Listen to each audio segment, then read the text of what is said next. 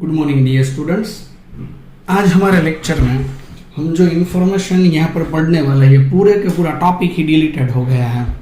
So catalysis topic number 5.2 this is deleted topic from this chapter, but for GUJCET purpose और NEET और JW purpose के लिए हम यह टॉपिक पढ़ रहे हैं, but we will study this topic only on the basis of MCQ, ताकि आप सबको जो मैं यहाँ पर पढ़ा रहा हूँ आपको उतना ही इस टॉपिक में करना है। दूसरी कोई थियोरी वाली इंफॉर्मेशन आपको प्रिपेयर नहीं करनी है। होमवर्क में भी आपको यही लिखना है जो मैं आपको यहाँ पर पढ़ाने वाला हूँ। Okay, so we will study on very important information about catalysis process. So first of all we will explain what is catalysis. So we know that catalyst is a such type of compound which will increase rate of reaction. Catalyst will increase rate of reaction. So process which is or which will takes place in presence of catalyst. Process which will takes place in presence of catalyst is known as catalysis. Okay, so this is the process definition of catalysis process or important information. First of all, rate of reaction will increase in presence of catalyst. This concept is given by Berzelius. Name of scientist who gives this process in 1835. Okay, we will explain different type of example of catalysis process. Just see, potassium chlorate KClO3 at the rate of 653 to 873 Kelvin temperature, it is converted into KCl and dioxygen. But when we increase manganese dioxide as a catalyst in it, rate of reaction will increase. तो यहाँ पर ये first of all आपको मैं catalysis का example यहाँ पर दे रहा हूं। Okay, the second example is here. N2 plus 3H2 gives us 2 mole of NH3. In presence of Fe as a catalyst, this is a iron powder increase the rate of reaction. If iron powder rate of reaction increase rate of reaction, and molybdenum again increase the rate of reaction, molybdenum, this is catalyst and this is promoter. Promoter उसको बोलते हैं कि catalyst को भी ज्यादा speed देता है, help करता है कैटलिस्ट को, catalyst rate of reaction increase करता है, और मॉलिब्डेनम एज अ प्रोमोटर यहाँ पर वर्क करता है ताकि रेट ऑफ रिएक्शन ज्यादा इंक्रीज हो जाए। Okay, so N2 plus 3H2 gives us 2 mole of ammonia, Fe used as a catalyst and molybdenum used as a promoters. Okay, this is gas and this is gas, but this iron powder is in a solid form. If iron powder is in a solid form and reactant are in a gaseous form, just see, if physical state of catalyst and reactant is different, then this type of process is known as heterogeneous. Catalysis. बहुत ही simple information यहां पर हम study कर रहे हैं। अगर देखिए ये आयरन पाउडर और ये रिएक्टेंट दोनों की फिजिकल स्टेट अगर डिफरेंट है तो उन्हें हिट्रोजीनियस कैटालिसिस बोलते हैं। और if physical state of reactant and catalyst are same then it is homogeneous catalysis. देखिए स्टूडेंट्स, मैं आपको यहां पर जो इंफॉर्मेशन यहां पर शेयर कर रहा हूं, वैसे तो ये आसान टॉपिक इन्होंने यहां पर से निकाल दिया। अगर ये टॉपिक रखा होता तो ज्यादा अच्छा होता, क्योंकि इतना कोई टफ इसमें नहीं है। आप समझ रहे हैं मैं कौन सी इंफॉर्मेशन दे रहा हूं? Catalyst rate of reaction increase कर रहा है, तो जो भी प्रोसेस कैटलिस्ट के प्रेजेंट में हो रही है उसे कैटालिसिस बोलते हैं।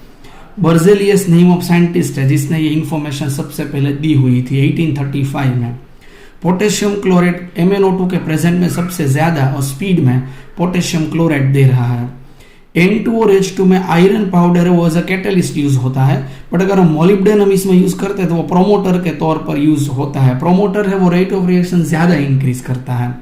अगर फिजिकल स्टेट कैटलिस्ट और रिएक्टेंट की सेम रहती है तो उसे होमोजीनियस कैटालिसिस बोलते हैं, और डिफरेंट रहती है तो उन्हें हेट्रोजीनियस कैटालिसिस बोलते हैं। अभी मैं आपको होमो और हिट्रो दोनों के डिफरेंट एग्जांपल्स यहां पर देने जा रहा हूं। देखिए वो MCQ में आपको कुछ CET एग्जामिनेशंस के लिए ध्यान में रखने पड़ेंगे, ठीक है।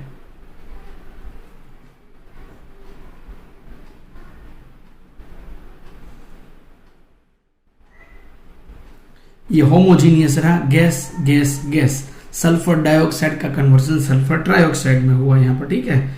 ये 1, ये 2, ये 3। अभी सिर्फ एग्जांपल ओनली फॉर MCQ के तौर पर ही मुझे ये आंसर आप सबको प्रिपेयर करवाना है। ये methyl acetate in liquid form H2O in presence of H plus as a catalyst, CH3COOH plus CH3OH। होमो और हिट्रो के लिए आपको सिर्फ रिएक्टेंट और कैटलिस्ट की ही फिजिकल स्टेट ध्यान में रखनी है, प्रोडक्ट को आपके ध्यान में नहीं रखना, ठीक है। ये सुक्रोज एक्वियस फॉर्म, एक्वियस हो या लिक्विड हो, फिजिकल स्टेट तो लिक्विड ही रहती है, ठीक है। H plus glucose and fructose will obtain. Glucose है वो आल्डो हेक्सोज सैकेराइड है, और फ्रुक्टोज है वो कीटो हेक्सोज सैकेराइड है। बायोलॉजी के स्टूडेंट्स को मालूम होगा, बाकी बायोमोलिक्यूल चैप्टर जो आपका स्टार्ट हुआ है उसमें ये सब इंफॉर्मेशन आपको मिल जाएगी, ओके। उसके बाद एग्जांपल हम सेट करते हैं।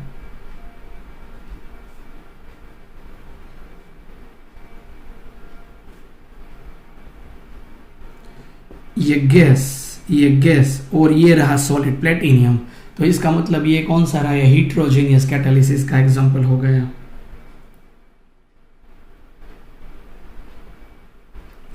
इसे ऑस्वाल्ड प्रोसेस बोलते हैं, ऑस्वाल्ड प्रोसेस। ये हमने P ब्लॉक में की हुई है ये प्रोसेस। नाइट्रिक ऑक्साइड और वाटर यहां पर मिलता है। Vegetable oil, hydrogen in presence of nickel, vegetable ghee will produce with this reaction. Nickel is in a solid form while H2 is in a gaseous form and oil is a liquid form. So this is heterogeneous catalysis process. तो यहाँ पर होमो और hetero के different type of examples हमने यहाँ पर रख दिए। आप सभी को ये जो एग्जांपल्स है उसमें जो कैटलिस्ट है वो याद रखना है। शायद एमसीक्यू के तौर पर आपको कैटलिस्ट यहाँ पर पूछा जा सकता है। ओके, तो ये हमारे पास उसका बेसिकल पॉइंट यहाँ पर डिस्कस हमने कर लिया है। ठीक है, चलिए अभी आपको मैं दूसरी इंफॉर्मेशन यहाँ पर समझाने जा रहा हूँ कि जो कैटलिस्ट है, कैटलिस्ट का सिलेक्शन किस तरीके से किया जाता है। How can we select catalyst. So यहाँ पर हमारा नेक्स्ट क्वेश्चन जो डिस्क्राइब हो रहा है वो ये है, describe important features of solid catalyst.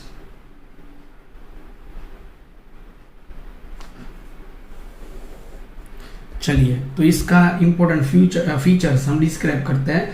हमारे माइंड में क्वेश्चन ये होता है कि इतने सारे कैटलिस्ट अवेलेबल है मार्केट में, कितने सारे कंटेंट और कंपाउंड अवेलेबल है, तो कौन से रिएक्शन के लिए कौन सा कैटलिस्ट यूज होगा, वो किस तरीके से डिसाइड किया जाता है, ये हमें बहुत ही ध्यान से पढ़ना है, ये हमें बहुत ही ध्यान से समझना है। तो उसके लिए 2 इंपॉर्टेंट मैटर ध्यान में रखी जाती है। एक है activity, first of all activity को ध्यान में रखा जाता है, और दूसरा सिलेक्टिविटी को ध्यान में रखा जाता है। एक्टिविटी में क्या होता है, चलिए मैं आपको ये बात समझाता हूं। Activeness of catalyst is depends upon capacity of chemical adsorption। कोई भी कैटलिस्ट की एक्टिविटी का बेस केमिकल एडसॉर्प्शन की कैपेसिटी पर डिपेंड होता है कि कितनी उसकी कैपेसिटी है। मतलब इस तरीके से वो कैपेसिटी डिसाइड की जाती है। समझ लीजिए, अगर मेरे पास ये N2 और H2 है,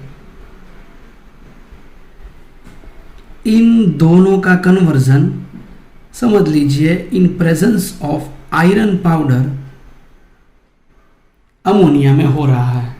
तो हमें क्या देखना है कि ये N2 और H2 ये Fe के अंदर इस तरीके का कैटालिस्ट हमें सिलेक्ट करना है कि ये N2 और H2 Fe पाउडर के अंदर एडसॉर्ब्स होने चाहिए, ना कि इन दोनों का रिएक्शन आयरन पाउडर के साथ होना चाहिए। ये एब्सॉर्ब्स नहीं होना चाहिए, एडसॉर्ब्स होना चाहिए। एब्सॉर्ब्स यानी समझते हैं ना, एब्सॉर्ब्स यानी एब्सॉर्ब्स का सिंपल मीनिंग हम समझ सकते हैं कि अगर मेरे पास शुगर है, फिर शुगर हम वाटर के अंदर डिजोल्व करते हैं तो शुगर पूरी वाटर में डिजोल्व हो जाती है, उसको एब्सॉर्प्शन बोलते हैं। बट एब्सॉर्प्शन में क्या होता है कि चारकोल होता है, वो शुगर के सॉल्यूशन में अगर एंटर होता है तो उसका येलो कलर है वो रिमूव होता है, उसको एब्सॉर्प्शन के नाम से हम जान सकते हैं। तो हमारा कैटेलिस्ट ऐसा होना चाहिए कि वो रिएक्टेंट को एडसॉर्ब्स करे, ना कि एब्सॉर्ब्स करे। उसको बोलते हैं कैपेसिटी और activeness of any solid catalyst.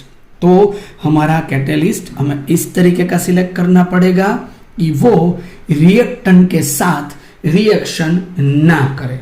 ये बहुत ही इंपॉर्टेंट मैटर यहाँ पर हमें ध्यान में रखनी है, ठीक है। अगर मैं आपको दूसरा एग्जांपल देता हूं तो ग्रुप नंबर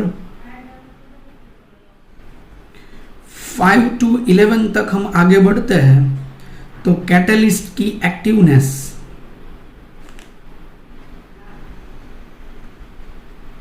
इंक्रीज होती है,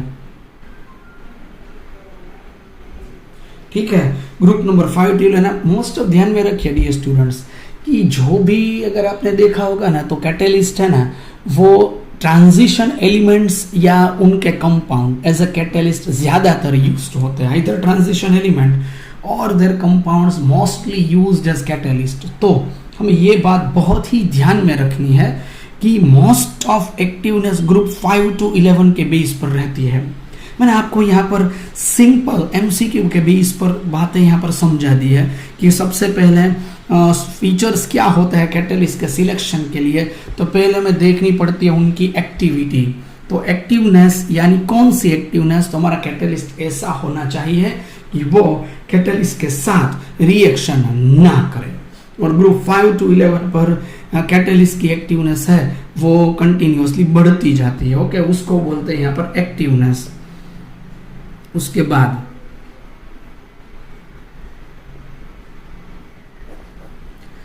सिलेक्टिविटी, सेकेंड इंपॉर्टेंट पॉइंट। यहां पर मैं आपको बहुत ही बेहतरीन एग्जांपल देने जा रहा हूं, देखिएगा। CO+3H2 in presence of nickel as a catalyst gives a CH4 plus H2O. CO plus 2H2.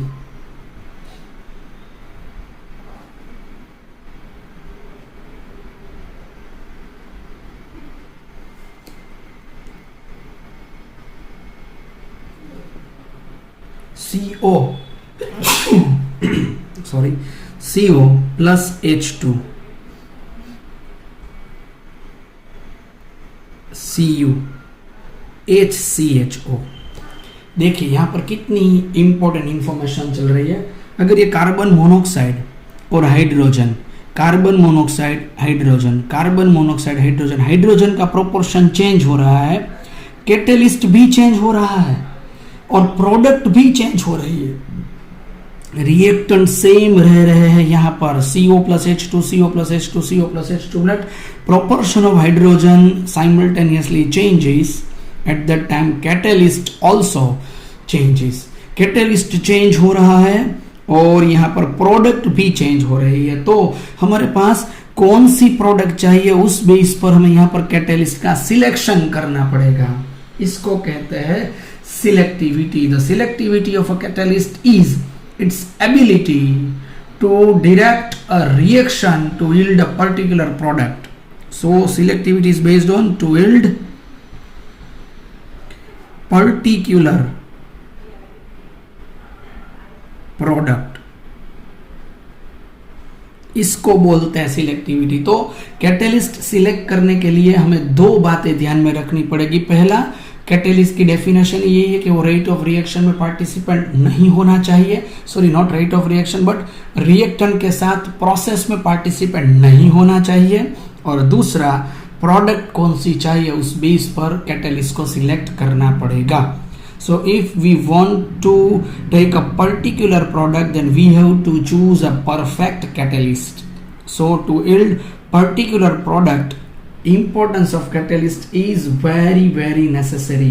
तो यहाँ पर हमारे सामने ये बहुत ही बेहतरीन सिलेक्टिविटी की बात यहाँ पर हो रही है। उस सिलेक्टिविटी का हम यहाँ पर दूसरा एग्जाम्पल रखने जा रहे हैं। वो एग्जाम्पल है जियोलाइट।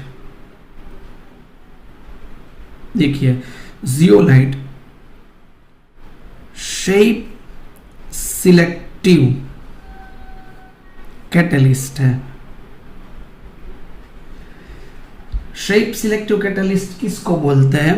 जिसमें क्या क्या ध्यान में रखना पड़ता है देखिएगा। What is shape selective catalyst?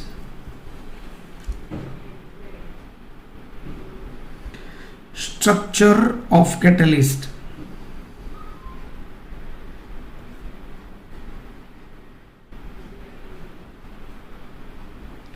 Size of reactant,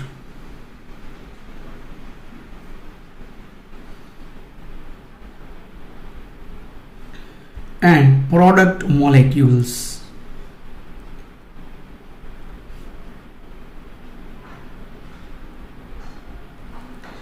ये इंपॉर्टेंट इंफॉर्मेशन को बोलते हैं shape selective catalyst. Structure of catalyst किस तरीके का है, क्योंकि जब कैटलिस्ट की प्रोसेस आगे बढ़ेगी ना तो कैटलिसिस की प्रोसेस में इस कैटलिस्ट का स्ट्रक्चर चेंज होने वाला है। भले ही कैटलिस्ट हमें वापस मिल जाए बट उसका स्ट्रक्चर तो चेंज होगा ही होगा।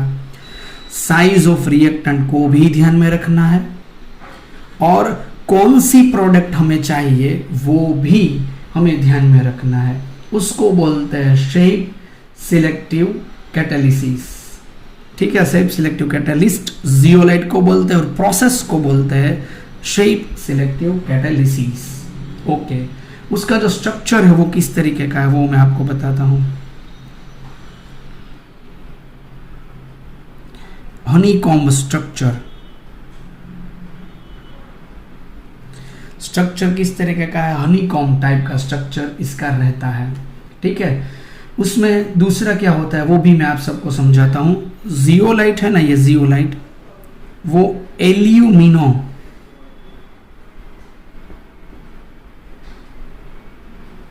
सिलिकेट कंपाउंड है। जियोलाइट क्या है? एल्यूमिनो सिलिकेट कंपाउंड है, मतलब उसमें सिलिकॉन की जगह कहीं कहीं एल्यूमिनियम एटम रिप्लेस होके आ रहे हैं. So silicon atom replace with aluminium, so it is aluminosilicate compound और उसका structure AlOSi OSi OSi O aluminium इस तरीके का हो सकता है. ओके, जो जियोलाइट के साइज है, साइज ऑफ जियोलाइट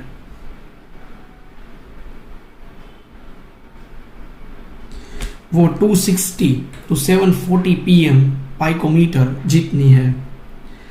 अगर जियोलाइट को हम कैटेलिस्ट के तौर पर यूज करते हैं तब उससे पहले उस जियोलाइट का बहुत ही हीटिंग करते हैं ताकि उसके अंदर जो भी कुछ ह्यूमिडिटी वगैरह कुछ हो तो वो वहां से निकल जाए. ओके, उसका फ्रेमवर्क इस तरीके, इसको हम फ्रेमवर्क भी बोल सकते हैं, framing. Before used as a catalyst, heating is necessary.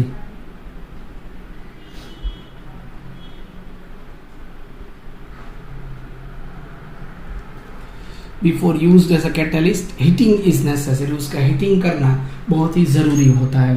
उसका कन्वर्जन और ये जियोलाइट का यूज़ किस तरीके का होता है वो भी मैं आपको यहाँ पर बताता हूँ कि उसका जो मेन पर्पस होता है, अल्कोहल है, अल्कोहल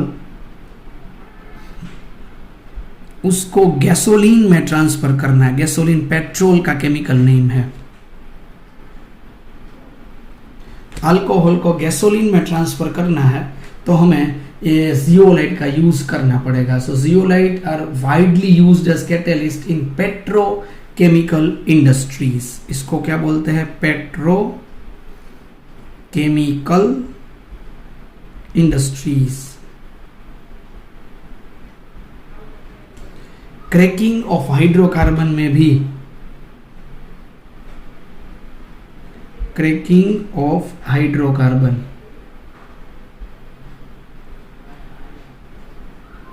एंड आइसोमराइजेशन.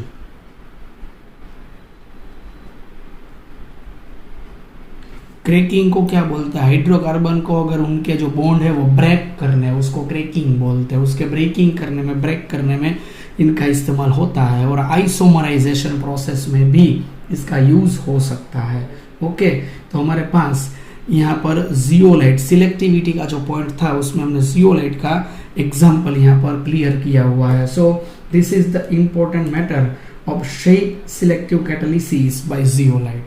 तो आज के लेक्चर के लिए हम इतनी इंफॉर्मेशन यहाँ पर रखते हैं.